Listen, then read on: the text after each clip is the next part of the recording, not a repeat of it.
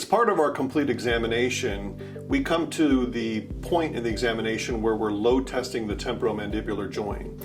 One of the things we need to realize is that the temporomandibular joint is a load-bearing joint, and it should be capable of having a great amount of force distributed within the joint without any signs of discomfort or tension from the patient. And to be able to load test the joint in a predictable manner, what we need to do is utilize what we call bimanual manipulation, which is a very simple clinical technique, but there are some incorrect things that we can do which may complicate the results that we're hoping to attain by load testing. So let me take you step by step through the process of load testing, show you the right way to do it, and also show you a few of the mistakes that dentists can make, which can make the procedure a little bit more complicated for them.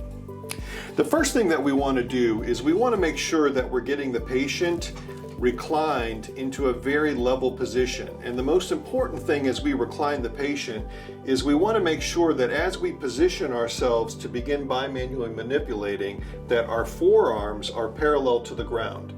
This is very important because our motion through bimanual manipulation and load testing is what we call a turning of the doorknob type of movement.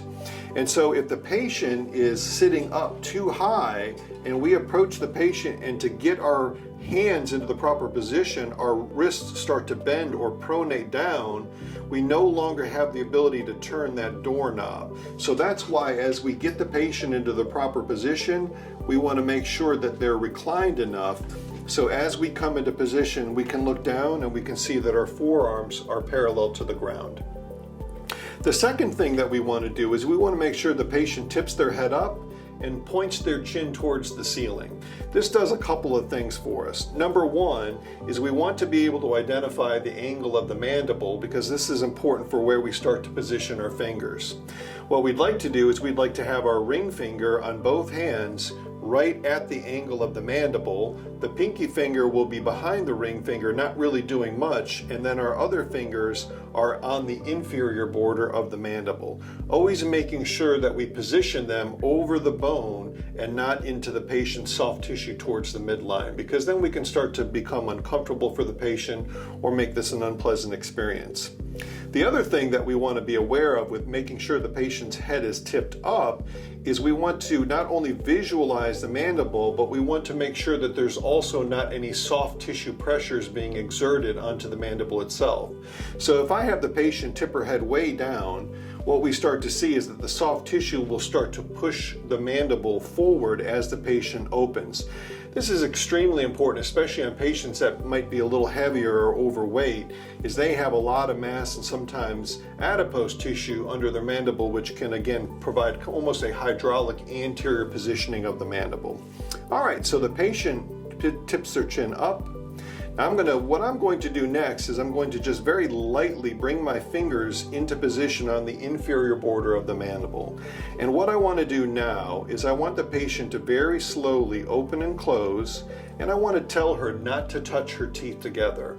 As she opens and closes, if she touches her teeth together, that can instigate a proprioceptive response into the brain, and that may activate the lateral pterygoid muscle, thinking, well, it's time to bite all the way together in maximum intercuspation. Let's change the position of the mandible so that the teeth line up in MI. And what we're looking to do with load testing is we're looking to load the condyles into centric relation. So what I want to look for is the patient slowly opens and closes about 5 to 10 millimeters, is I want to look down and I just want to see that those lower incisors are taking the same trajectory as they open and close.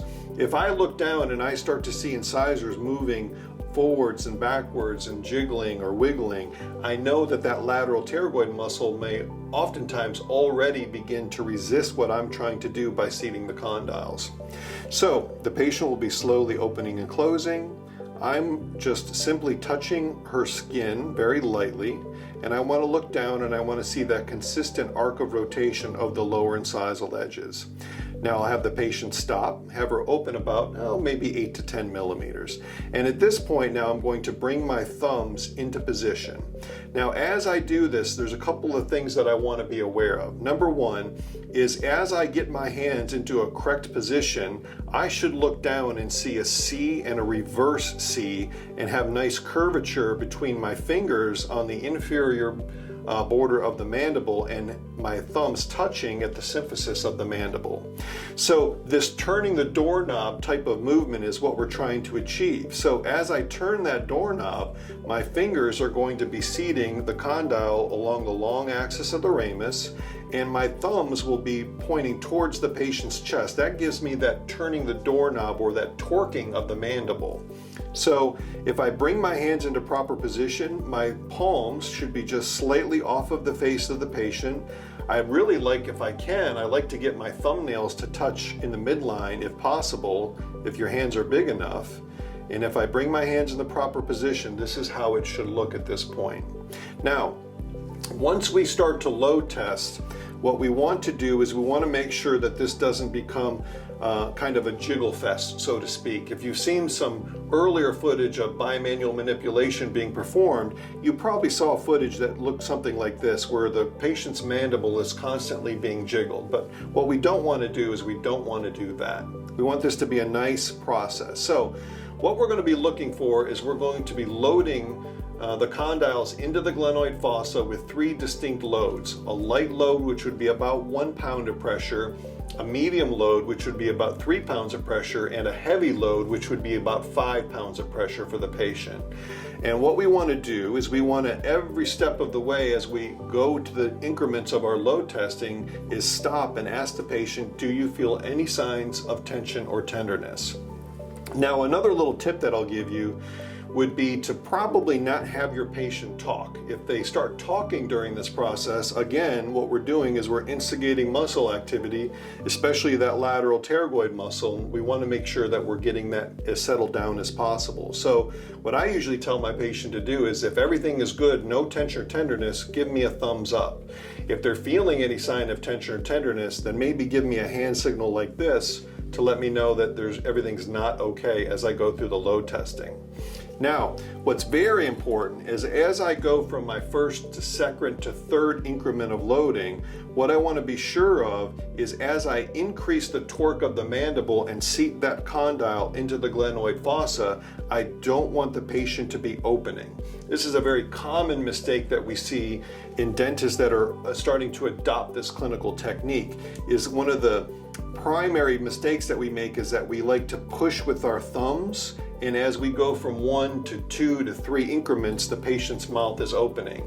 If we do this correctly and we're instigating a pure torque through bimanual manipulation, as we go from 1 to 2 to 3 increments of loading, we shouldn't really see any movement of the mandible itself. So let me show you this, how we would do this in real time. So the patient would be slowly opening and closing. We would have her stop. We would hold the mandible in that position. And then I would go to my first increment of loading. And I would ask the patient, do you feel any signs of tension or tenderness? We're good. So the patient gave me a thumbs up. We're going to go to our second increment of loading, which is about 3 pounds of pressure. And we're going to ask the question again, do you feel any signs of tension or tenderness? We're good. And then we're going to go to our third incremental loading. Any signs of tension or tenderness? The patient is good. So as you could see, as I progressed from 1 to 2 to 3 increments of loading, the patient's mandible was simply being torqued, and the glenoid fossa was seating, the condyle was seating into the glenoid fossa. The patient's mandible was not opening as I went through those 3 different loads. And the patient experienced 3 distinct increments of loading, a very light loading, but also a very firm, heavy loading for the patient. So once we've been able to verify that the patient doesn't have any signs of tension or tenderness as we load the joint, then we can record where is the first point of interference for the patient. So we would open, we would go back, go to our first increment of loading, our second increment of loading, our third increment of loading, and we would have the patient very slowly close until their very first 2 touches, and then we'd have them stop right there, okay? And then we'll ask the patient, where did you feel that first increment of loading? Was it on the right side, the left side? Did you feel like it was in the posterior or more towards the anterior? And then we'll take out our articulating paper and we'll verify where that first point of interference and centric relation was located.